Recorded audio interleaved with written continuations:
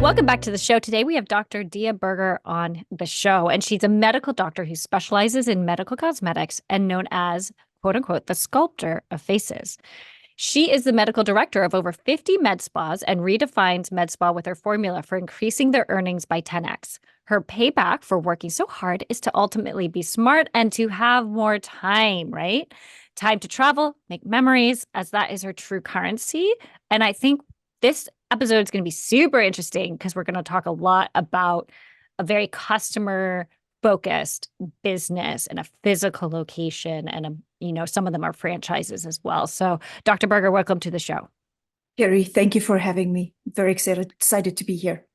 And for our audience, don't forget, build a thriving freelance business using corporate skills you already have with my Corporate to Contract course. You can take the leap by going to corporate2contract.com. That's the number 2, and use the code podcast to get $100 off.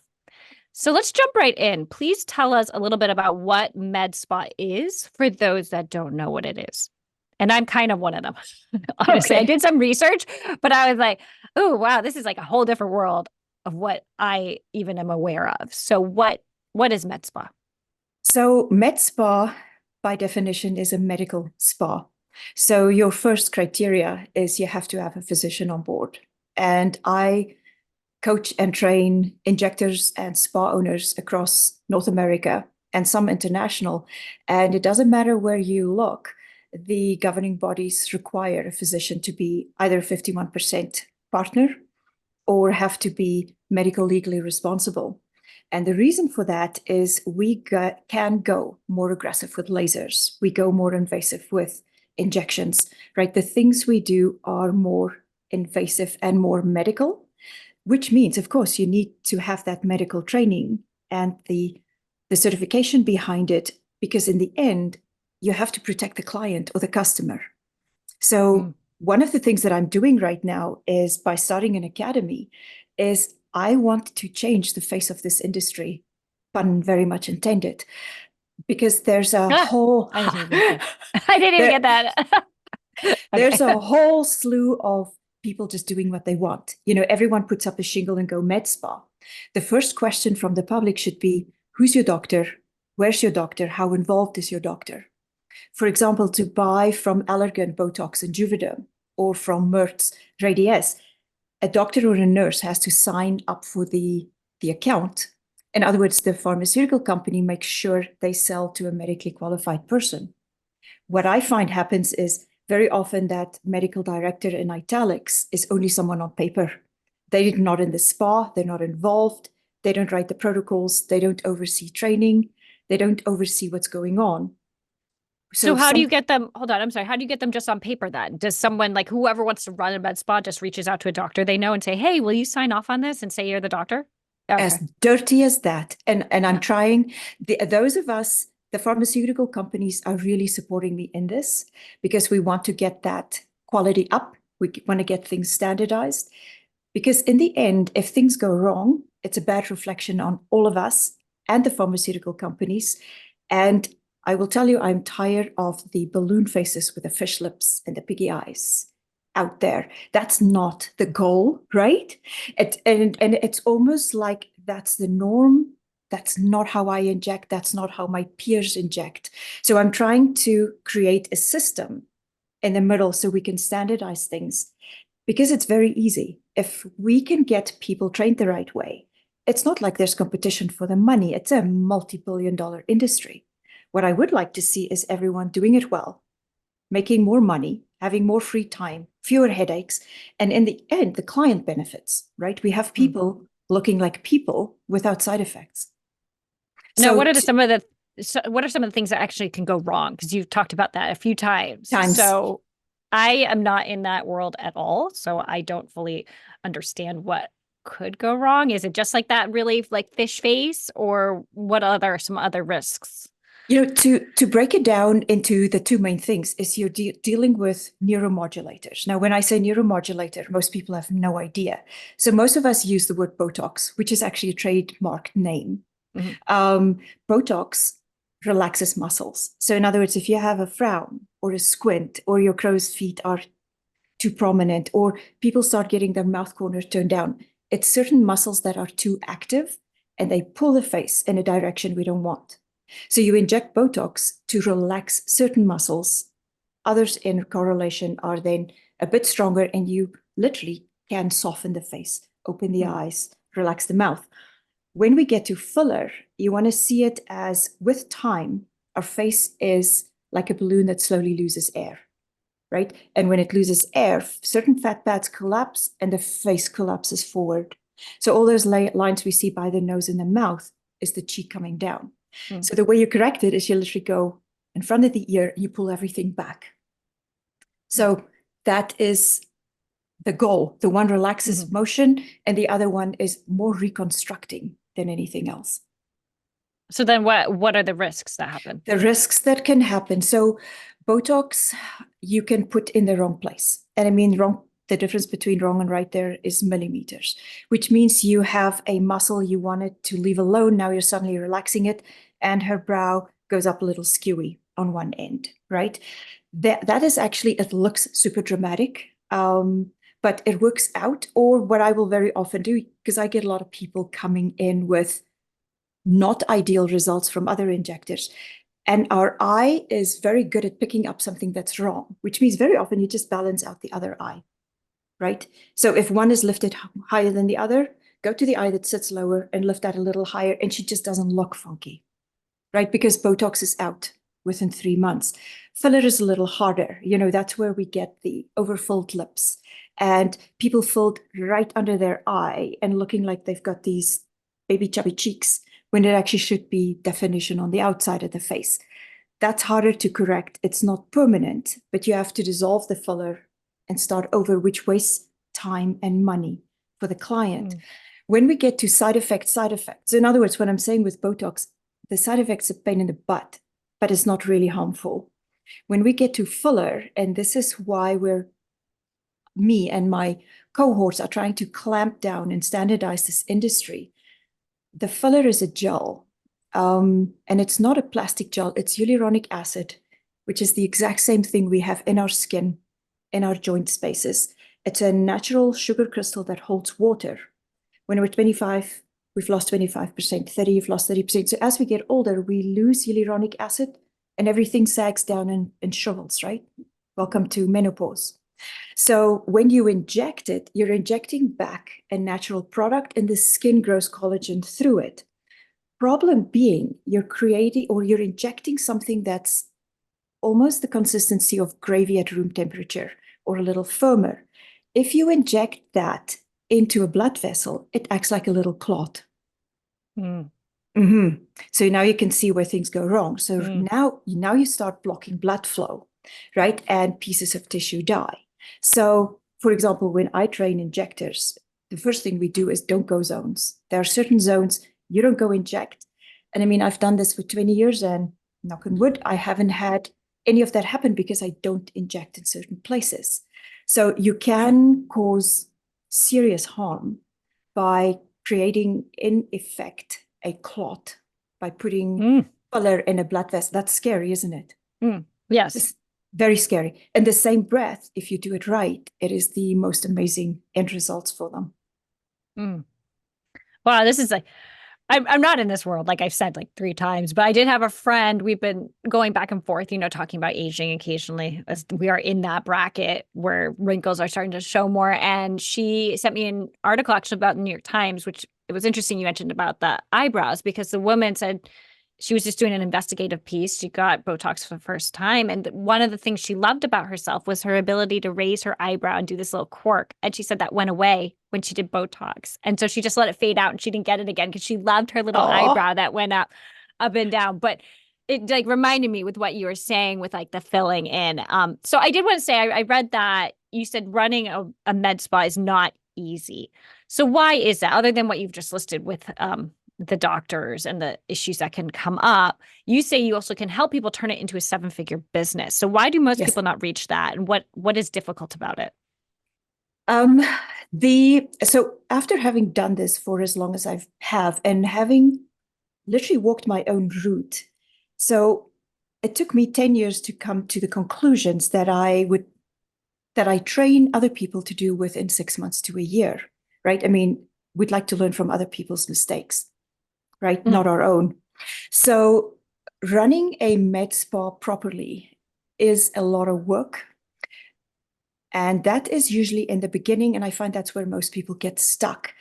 Where there is a mismatch to me in the system is the mindset is traditional spa, which is manicures, pedicures, facials, massages, waxing, blah, blah, blah. And then they tack on injections, which means the whole mindset of the estheticians, the manager, the business, the front desk, everyone's mindset is hostess, right?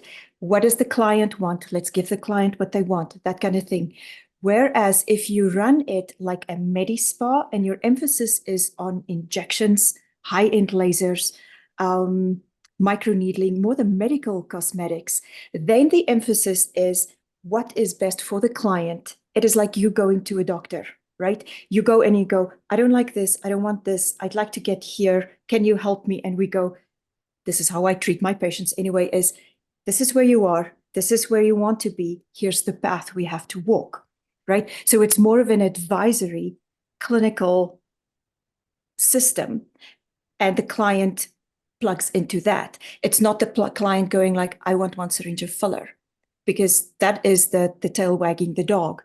So it took me a long time to realize that the east of Canada, which is where my advisor was, we're working on this pyramid kind of shape with the traditional at the bottom, and then they tack on injections like an afterthought. But what ends up happening is the injector is absolutely solo, and you're fighting the system that is not set up to support you in any way. In the west of Canada, we tend to run it more as GP surgeons, right? It's like inject, inject, inject, high-end lasers, high-end medical, and we kind of tack on the aesthetic. And like anything in life, the answer is somewhere in the middle. So the route I've walked was where, and I find the spas that I help, they're all still stuck in that initial phase where they're trying to force a traditional aesthetic spa into a medi spa, and it can't do it. They're two completely different animals. Does that make sense? Yes. The one Yes, is it does. more, yeah, the one is more, come on in, have a cup of tea. You know, how do I help you relax? The other one is Mhm. not helping you relax. It's let's take your face and let me help you take off 5, 7, 10 years. And your friend or the lady you just spoke about, if you do a decent interview and a consultation with a client, I ask them, what do you like about your face? What do you like about your motion? So that lady saying she likes that little brow to go up, I tweak my units on that side that she can still do that, Mm. right? But just not look frowny. So you can absolutely tailor make it for that client. But now we're coming from a high-end, high sophisticated, highly medical angle, and I've got staff who are medically trained, which means they are consulting like mini doctors and not like estheticians wanting to put wax on your feet. Mm. Right. So, and I find where it's hard to operate is if you're trying to operate medi-spa high-end clinical in the atmosphere of traditional spa aesthetic to relaxed. So it's like it's trying to put a sports car and a jet next to each other. They each have their place, but they can't compete. The one Mm. can't take off. Mm. And I talk about a lot of this with my coaching as well. It's kind of like this area where you really need to hone in on personalization for the client. And that seems to be what you're saying.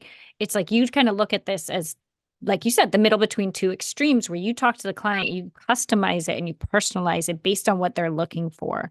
Yes. And a good example, again, like you said, that woman who wrote that New York Times article, like if she Yeah. wanted to keep her eyebrow going up, you would make sure that that was It's possible. possible. And I've realized, like, when I have my freelance business and now when I coach people, the more personalized and customized you can make it feel to that client, the more Yes. money you're going to make. Yes. It's just natural because they feel like they're the only one, right? They're the Yes. only person who's going to the spa, which Yes. might obviously is not the case, right? Yeah. But it's also, you know, when she is in front of me, my mom made a statement one day. They were, she's a later age boomer, and they were at a dinner party, and my career came up. And the usual comments about, you know, why would women spend so much money on their faces? And my mom is very classy. And she turned to the one man and she said, "Do you know what women's underwear costs?" She said, "It is hundreds of dollars." She said, "Can you see any of our underwear?"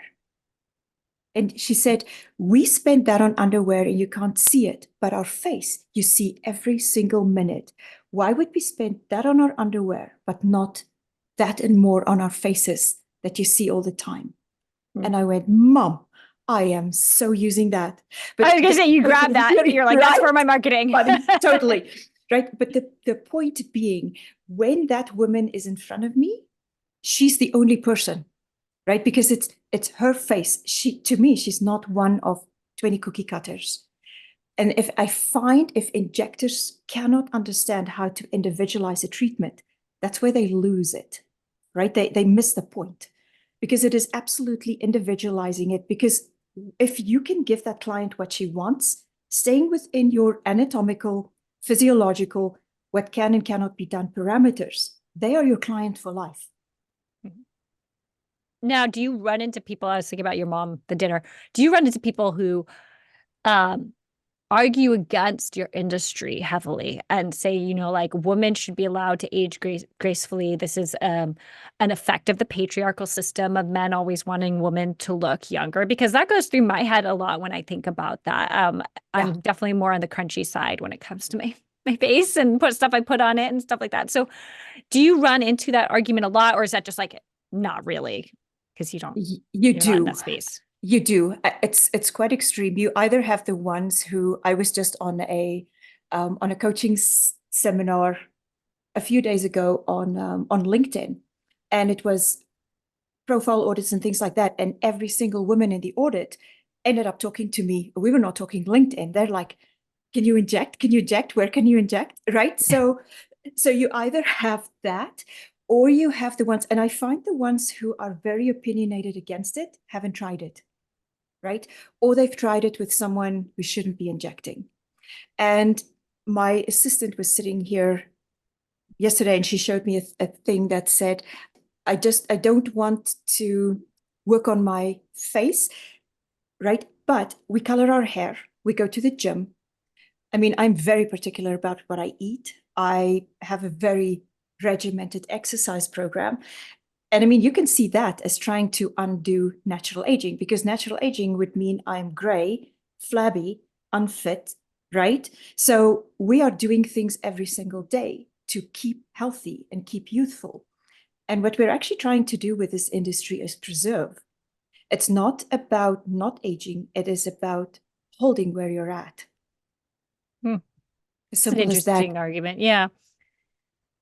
I mean, I think I have to push back a little bit. I'm not sure if people are against it because they haven't tried it. It just might be that their Bad publicity. values or morals might Yes. just be like, I do not want to touch that kind of stuff, and I don't want that near my face. And they might really just be, I keep saying crunchy, but they might really just be the type of people that like are like, they don't even have like hyaluronic acid in their serums or whatever, right? It might just be Yes. like totally, that is not who they Plain are. But I think there vitamins. is like sometimes in our region, and I was talking to my friend in the South about this. There, I won on a raffle once, a like treatment for my face. It wasn't injections or Botox or anything like that, but it was like some kind of, I can't remember what it was, but some kind of treatment. And I went there talking to the woman. She was talking about how everyone is so hush hush here. I live in Massachusetts, New England area, and how it's very much like, she's like, you wouldn't believe the women that come here and they end up getting treatments, but like they would never talk about it. But No. I was talking to my friend down south and she's like, oh yeah, people just talk about it loud and proud here. It's like, oh yeah, I have to go get my Botox, I have to go get my filler, etc. And I wonder if some of that is like you said, like more people are doing it than I know. And they're just kind of hiding it. And then maybe they're saying stuff like, oh, I wouldn't put that near my face. Maybe they are. We don't know. They usually are. They're not. It's so private, and I have a lot of empathy for it being private, because nobody wants to end up in a situation where they then get people's opinions one way or the other. But I mean, and I again live in a small town, and it's interesting to walk by people that I inject, and you sometimes hear them go, "Oh no, no, I just use skincare," and I kind of Mm. giggle a little bit, which is fine, right? That's absolutely her prerogative. but it emphasizes what you're saying. If someone injects correctly, you shouldn't be able to tell. Kiri, the moment you can go, oh, she looks injected, to me, they miss the point because we don't want to look done. The moment we look done, we look desperate. No, no, I agree. I totally 100% agree. And my husband, like, he hates watching like the Kardashians with me or even seeing people on like if we pass by them, like say at the airport or something like that. He's like, oh gosh, no, I hate that. Don't do that, Kiri, ever. Don't do that to your skin. I'm like, don't worry, I wasn't planning to. But like Yes. you make a good point. If you can tell, then It's like wrong. it does look desperate. It looks like you're Yes. trying too hard, I think. I agree. Anyway, this is super fascinating. I could go on and on and on, but I want to kind of focus us back onto the podcast and this point. And I specifically wanted to bring up bad reviews online and unhappy clients because I think for any of our audience members who are thinking of having a physical location, who's thinking of like maybe franchising something or a clinic or anything like that, you are eventually going to have bad reviews online. And you and I talked offline how I had found these 1-star reviews about you. And I'm so glad you're willing to talk about this openly and share your experience with this because it's kind of like, oh my gosh, your name is tied to some bad reviews. How do you handle that? And what do you do about it? So, number one, you do not have a stiff drink, although it feels like you should. I will tell you, I feel every single one of them. What I can tell your audience is if you post something, if you open a store, if you put yourself out there, it's inevitable that you will be hit. Just accept it. It's as simple as that. And I will tell you that the better you do, the harder you're going to get hit. So you have to approach this with a very specific mindset. And I'm going to tell you support systems, which is not necessarily your spouse or your best friends, but in the industry, have support systems because you will be shocked to find out how the same things get done to the same people in the same industry. And I am in a situation or in a group where we are the top 10-15% of injectors in Canada, right? Which means the flack is hot and it's out there. So the ones you and I looked at, for example, like I said to you, I sold my spa, but I sold it as a going concern. So the reviews you were showing there, I didn't even own the place anymore, but somehow it's still attached to my name, right?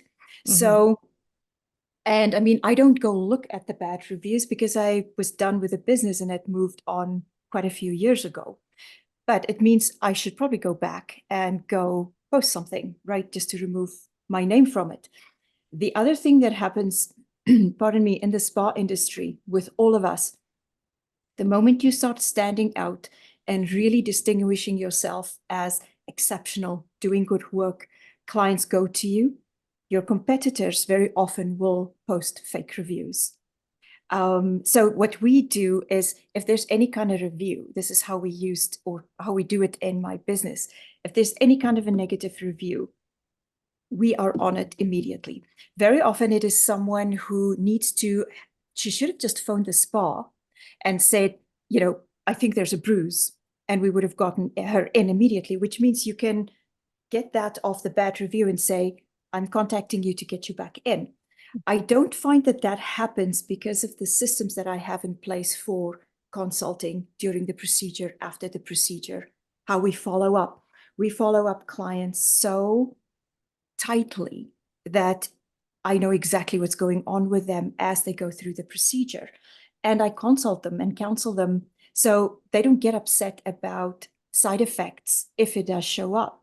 But if you do get the bad smash, slam, horrible review, go find that client in your database. 90% of the time, that person isn't in your database, right? And it is as simple as, and I always keep it friendly, keep it professional, especially online. And it is simple as, we do not seem to find you in our database. Could you please reach out and give us a call so we can help address this, right? In other words, what you're doing is you're letting the public know BS alert right here, because that's what they're doing, right? I have had a competitor put public health on me. Years ago, it was horrendous. Nothing came of it, right? So you will unfortunately find terrorism applied and they use social media as it, right? And that took me a long, long time to get over because I don't compete with anyone. I compete with me. I'm trying to make me better. I'm trying to make my systems and my methods and my client care better. So I don't go and look to the side and go, oh, he's doing that, she's doing that. Let's do the same. I literally am just going, how do I get better? How do I make it better? Right. But somehow my dad always says you can't walk with a torch of light through a crowd without setting someone's beard on fire. Right? Which means you will tick off someone one way or another. And sometimes there needs to be a bit of thick skin. I can tell you that I have not had true negative outcomes with clients. In fact, I have the opposite where someone did a laser setting that was too high and the client got an injury, where I get the client in and I literally am treating her myself week for week for week for months on end, where the woman literally says, it's the best aftercare I've found or encountered in my life. And I said, well, if you got injured in my spa, I am taking care of you, right? You don't see those reviews, right? So usually also remember when you see bad reviews, I'm a medical doctor. I've got heavy psychiatry training and I've been a doctor for 28 years. Unfortunately, a certain percentage of society is insane. They post reviews as well. Right. So, and I think from the side of the consumer reading it, always remember that you are looking at someone has a 20,000 pool of clients and you're looking at maybe the 5 nutcases, right? What I do is I would upfront ask them, I saw this review. What was happening? What did you do? That is more real because social media is a fickle little witch, right? It can turn any which way, whatever people put on it, and it's not always true. So I can tell you that our principle and policy has always been, if there's anything wrong with a client, it doesn't end up on reviews because we catch it immediately. We handle it immediately. It's taken care of. So very often what you see out there is attacks from competitors or people who, sometimes you have people who want a sports car and only put in $200. And the answer is, I can't give you a sports car for $200. It's just not possible, which means they are unhappy because they won't accept that if you want outcome X, you have to put the money in for outcome X. Mm. It kind of reminded me too of the mentality nowadays with reviews in general, which you touched on, is often, and I have found myself susceptible to this. If you have a bad experience, you immediately think, I'm going to post a review about it. But if you have a good experience, you don't post. You forget. And it's not something that comes to you naturally, which is horrible, right? I think it's because the negative reviews, you need an outlet. You're just like, oh, I'm angry. I need something instead of just complaining to friends or family, which you may have done in the past. Now we have the internet and we say, oh, I'm angry. I'm going to post on their page and let them know how angry I am. Right. Yeah. And that's something too that has always bothered me because I have had that thought and I've never done it unless I've been really, really burned and really upset. And I think that was only once in my life with a restaurant. But you know what? I think as a society, and now we're talking just me and my opinions on humanity, right? Anyone who has ever built something knows how much love and passion and care and energy goes into that, right? And if you have done that and you know what it takes to get it there, then think 2-3 times before you break down someone else's dream, right? So in other words, before you get on the World Wide Web and permanently post something that's poisonous, did you call them? Did you tell them what's going on? Did they get you in? Did they fix it? In other words, did you absolutely go to every possible route to see if it could be resolved? So in other words, what humanity is saying is, I want perfection right now. If I don't get it, I will destroy you, right? Same thing, my dad, who's a doctor as well, he says, no two human bodies are the same. They don't eat the same. They don't exercise the same. Their genetics are messed up or fantastic, right? You have so many factors. You get a car factory, they pump them out from the same assembly line, 400 Fords look exactly the same. He said they can't get the car right if you take your car into the dealership, but they want us to have a 100% perfect outcome on the human body with millions of variances, right? And it's the same here. You're dealing with faces, with personalities, if I say round, you and I and 20 other people will have a different picture in our head of what is round. So I always think before we get upset and really hurt someone with a review, talk to them first, right? It's as simple as that. That's the adult thing to do. Just pick up the phone and go, yo, I don't like this eyebrow. If you're doing that to my spa, she's like, when can you come in today?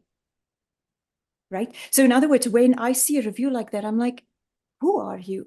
Why didn't you phone us? What is going on? Right? And like I say, most of the time, it's not a client who's posting there. It's someone making trouble in the background, which the public needs to be aware of, right? There is terrorism in the free market system. It's too bad, but it's true, right? And the other side of the coin is what are the character traits of the person who posts, right? Is this someone who isn't happy with anything, including God, right? Which means they probably slam everyone they cross paths with. Or do you really have a bad business? Such a good wealth of information just in that little snippet right there. Because I think it's something that if anyone wants to open a physical location, you're going to have to deal with it at some point. I did see for my pediatrician, she had like one bad review or something, or two bad, I don't know what it was. And I got on there and I left a great review. And she was so happy and she brought it up next, like the next second. And that was one of those situations I thought, man, like people aren't leaving good reviews. They all want to leave the bad reviews and they're unhappy. And like, if I have issues with her, it's not really the issues that these people are saying. Like, she's a great pediatrician. And I just went on there and I even pointed out, I said, for those bad reviews, these people, this is not the experience I have had. It has been consistently a good experience at this place. So it's a lot of important things to think about. And I think when we're talking about this, having a physical location, right? And especially one that is very dictated by appointments that are set up. How do you manage your time? And do you have any time management advice on work-life balance for other women entrepreneurs? Kiri, I do. And it fits in with my value system. When I started MedSpa the first time, my son, who's my youngest, was 7 months old. I was still breastfeeding. And from the get-go, I wanted a family. Let's put it this way. I forgot that I wanted a family until my gynecologist said to me at 34, what are you waiting for? And I went, oh, oops, damn. Physician, heal thyself, right? You advise everyone else. And TikTok in my head, I think I'm 24. So when I commit to something, I am extremely committed. So when we had children, we actually moved away from Calgary to a smaller city because I didn't want to raise my children in a city. I wanted them to be raised more rurally. And from the start, I wanted to do this business because I like to be in control of my own time. When I am in control of my own time in my life, then I'm taking charge of it. So I literally would take my family life as the skeleton of my business. So I knew when children would be in Montessori preschool, when they would be out. And 6 months in advance every year, I would set up the next year's schedule for their music lessons. And Conservatory of Music, I would make sure they have piano lessons at the same time, different teachers. And then the second, they also played flute and cello, same time, which means I wanted to be present with music lessons. When we got to dance, you couldn't see anyway. And I'm a dancer. So I'm like, okay, if I can't watch it, it's wasting my time. So the daddy got that, right? So depending on which sport and activity it was for the kids, I made myself available, not available. In other words, I would drop kids off at school, go to the spa, and I would pick them up at school, literally drive through the valley, because those first 10 minutes after school is where they tell you everything. And I want to be there, right? That to me is the gold. And then we would go, they would have music lessons and I would pop in and out of both. which means when we're home and they're practicing piano, I'd go, nope, nope, that note was forte. Okay, no, you need to slow down there a little bit, right? Which means I can be the involved mom and I know what's going on with them. They go to dance, my husband drops them off and he runs a few chores and picks them up again while I'm injecting. When they were little, I would spend 2 hours at home after picking them up from school. In my fancy clothes, I would jump on the trampoline with them. That was the hardest thing, is for me to go from on, cell, client, doctor, right? Lego on the floor. 20 minutes later, right? And you have to let go of all your stress and your frustrations and be nice, calm mama. And then I'd cook dinner, right? And they would help me. Then we'd have dinner as a family. I would kiss my husband on the cheek and go back to work for 2 hours. Because a lot of women get injected at night, right? They can't ask for time off to get their lips filled from work. Mm-hmm. So a lot of my work was in the evening. So I would go back 2 hours at night and my husband would put them to bed and do the bathing routine and all of that. And so every few years, as they got older and our sport and activities, I changed my spa schedule. So I literally used my personal life. The other thing too is we went to a medical conference, probably 2003, and it was a psychiatric one. And they had a morning of physician self-care. And I initially didn't want to go. I kind of rolled my eyes and went, what the heck? They're going to tell me sleep, eat right, exercise, blah, blah, blah, blah, blah, blah. And some of the guys who had been there said, you need to go. It's really good. One of the talks they had was, they called it Tarzan Holidays. And I've implemented it for the last 20 years. When you're on one vacation, you plan the next one. And you swing from one to the other like Tarzan hanging onto a vine, right? So I would literally plan our year's vacations 12 months in advance, and I would do it mid-year. So by August, I had it planned until next August. I didn't know where we would go. I didn't know what we were going to do, but I blocked the time and I made sure we had locums in the clinic. So we'd always end up doing 2 ski vacations, a scuba vacation, a summer holiday where we water ski, for example, in Idaho. So in other words, I use my personal life as the skeleton for my work, and then I put my work around it, which means I would work hard and completely relax, work hard, completely relax. And as my children got older and their needs changed, I just adjusted that in advance. That's very similar to what I do now. My kids are, like you said, the skeleton. They're kind of like the backbone. It's like, yes, when I do calls is dependent on that. And I have my son in daycare 3 days, no, daycare 2 days a week. And then when he's home with me, I make sure that's a very like looser day and make sure I don't plan anything. And I find that to be very helpful to structure your time. And I kind of like the idea of the Tarzan vacation. I think that's something I would love. I can't really do that with my husband. He's in sales, and that's just a little tricky. But I do like that idea of like planning so much in advance, so you know exactly when your vacation is coming up. Because we've done vacations sometimes like 2 months early, like 2 months prior to the vacation. We've been like, oh, this is going on. Let's do this. And yes, that's been tough when you're trying to find coverage and catch up and try to make sure yes. everything is done by that point. It can be really difficult. I wanted to touch briefly upon hiring, because I'm sure you've gone through a lot of hiring. What are some mistakes and challenges you've had hiring, and what advice have you or what advice can you give since you've learned from that? Hiring is a conundrum, isn't it? I think anyone who tells you they're good at hiring lies. I don't think anyone's told me that, so don't worry. Right. I don't think everyone's always been like, oh, yeah. Yes. Hiring. Yes, because you're dealing with an unknown factor, right? What I do believe going in is that you're seeing someone at their best behavior, right? It is best foot forward, which means if best foot forward is not wowing you out of the room, slowly step away and leave, because it tends to just go down, not up, right? It's like meeting a guy for the first time, meeting a girl for the first time, right? Meeting new people for the first time. You have your best foot, you're at your best behavior. And then with time, you relax and all the warts and pimples and things come out. So if my first impression, I do interviews 100% on gut. And I let the tiniest things put me off and not judge myself for letting that happen. It took me a while to go, every time it went wrong, you knew in the interview and you suppressed it. And I take notes. I have standardized questions, but I also let it lead me and I write things down and I go read my notes after. It's almost like my head does one thing and my hand does another. But I would literally have written down and I write down what they say. People will tell you who they are. We just don't listen. We sometimes want to hear one thing, but they're actually telling you what's going on. I write down what they say.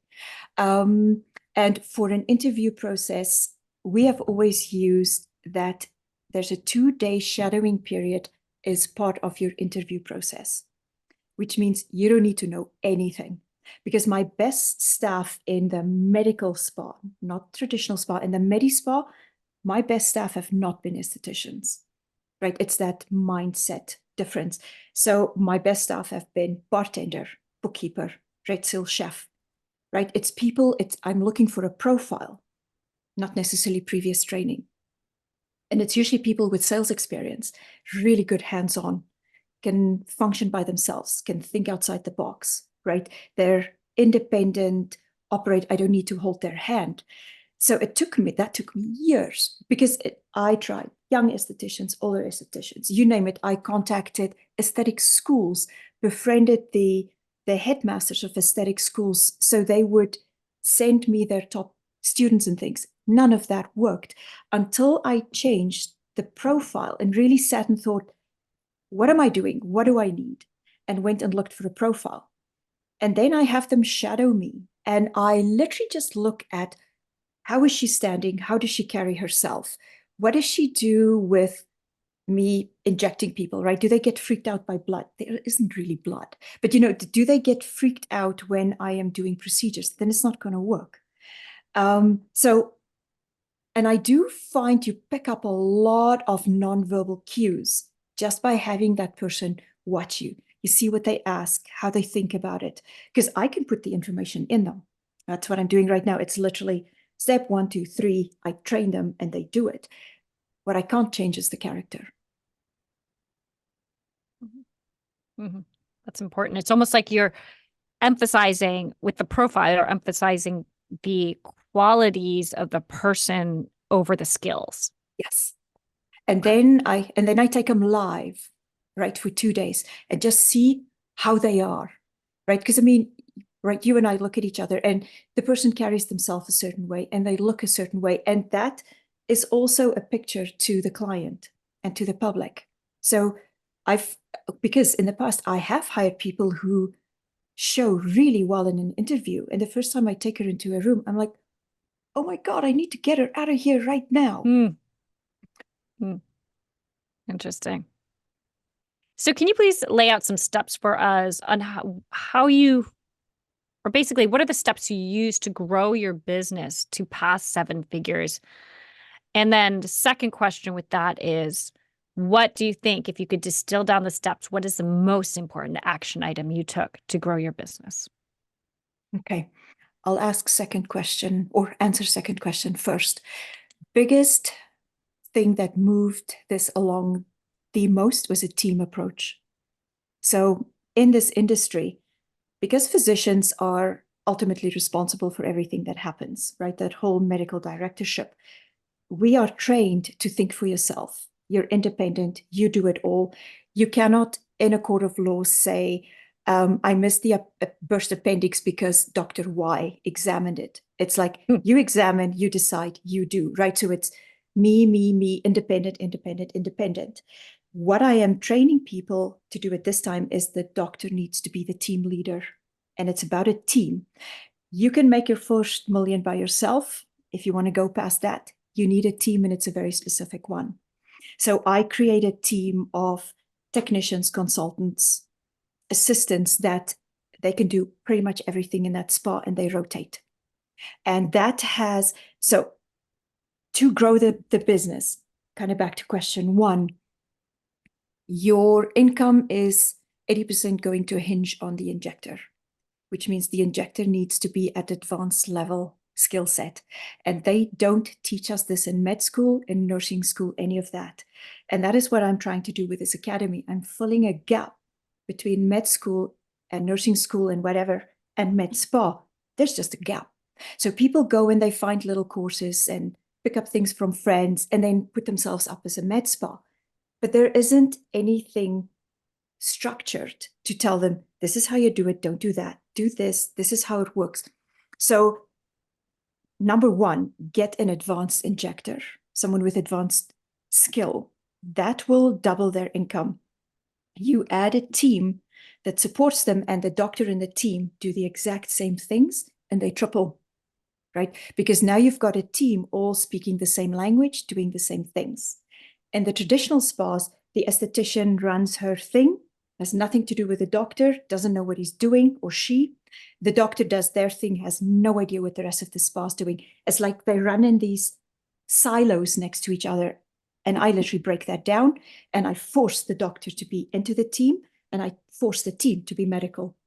And it is insane. They go from $1,200 per hour injection fee to $2,000 to $2,500 to $4,000. The other thing is the injector cannot do it themselves. If I inject $4,000 an hour and I'm consulting for half an hour, I just lost two.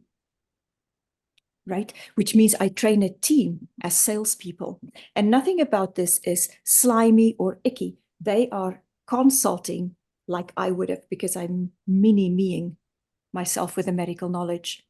So it's like I have clones doing some of these things, and I do what they cannot do, which is inject. So that is what literally is how I grew the business. And once I started putting those steps in place for the other spas, you can get them within 12 to 18 months, from a $1,200 per hour earning spa to $4,000 or $5,000 an hour. And then that team, I also train to do the high level medical procedures. And it's almost, I've had some nights where I laid awake and realized, you've watched the movie Pygmalion, right?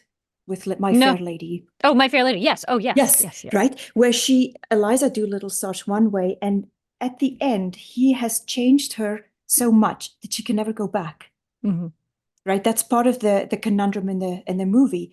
And she like throws stuff at him. I was just watching it a few months ago with my daughter, and but I hadn't seen it in such a long time.